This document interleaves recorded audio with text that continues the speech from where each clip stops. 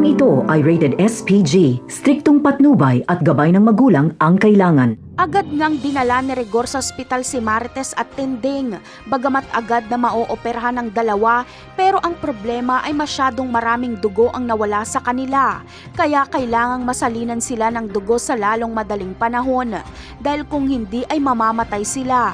Agad na papapuntahin ni Rigor si Santino at David para sa kanila kunin ang isasalin na dugo. Pero ang problema ay hindi match kay Marites ang blood type ni Santino. Blood type kasi ni Rigor ang namana ni Santino.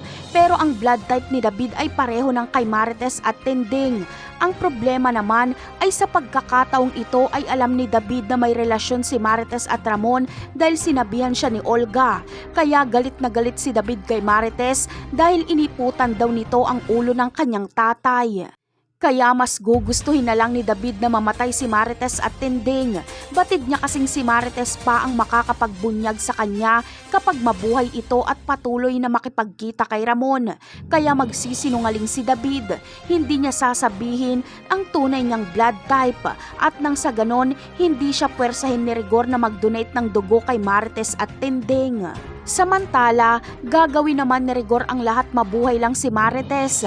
Hindi niya hayaang may mamatay na naman dahil sa kalokohan niya. Si Rigor kasi ang may kasalanan ng lahat ng ito. Kaya kakainin ni Rigor ang kanyang pride at kokontakin niya si Tanggol at sasabihin niya ang nangyari. Sasabihin niya na kailangan ni Marites at Tinding ng dugo ni Tanggol para mabuhay sila.